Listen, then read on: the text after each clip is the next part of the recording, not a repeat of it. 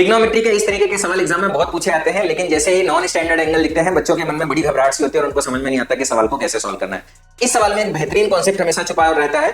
ये सवाल हमेशा दो कॉम्प्लीमेंट्री एंगल के सम पे रहते हैं। जैसे अगर इस सवाल में देखोगे तो 35 और 50 का योग 90 है, 11 और 79 का योग 90 है, 28 और 62 का योग 90 है।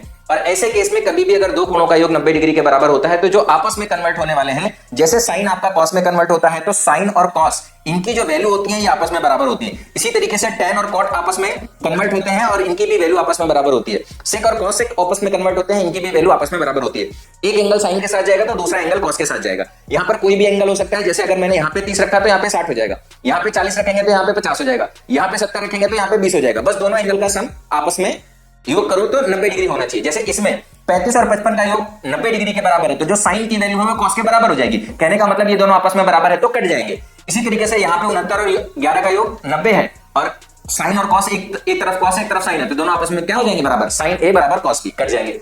इसी तरीके से यहाँ पे देखो ये अब कटने के लिए तो है नहीं, ये कॉस है ये कॉसेक है तो चाहे आप कॉस को साइन में बदल लो चाहे कॉसेक को सेक में बदल लो, इसको बदलोगे तो कितना आ जाएगा सेक 28 डिग्री आ जाएगा। भाई कॉसेक किसके बराबर हो जाएगा, सेक के बराबर हो जाएगा तो सेक 28। अब कॉस 28 और सेक 28, कॉस और सेक आपस में व्युत्क्रम होते हैं और इनका गुणनफल हमेशा किसके बराबर होता है, 1 के बराबर होता है। कॉस 0 स्टैंडर्ड डिग्री है, इसका मान 1 होता है। तो अगर आप देखोगे तो ये 1 हो गया ये 1 हो गया, ये आपस में कट के 0 बना देंगे, 1 और 1 मिलकर टोटल वैल्यू हमारी कितनी आ जाएगी, 2 आ जाएगी। ऐसे ही बेहतरीन कॉन्सेप्ट को सीखने के लिए वीडियो को लाइक और चैनल को सब्सक्राइब जरूर करें।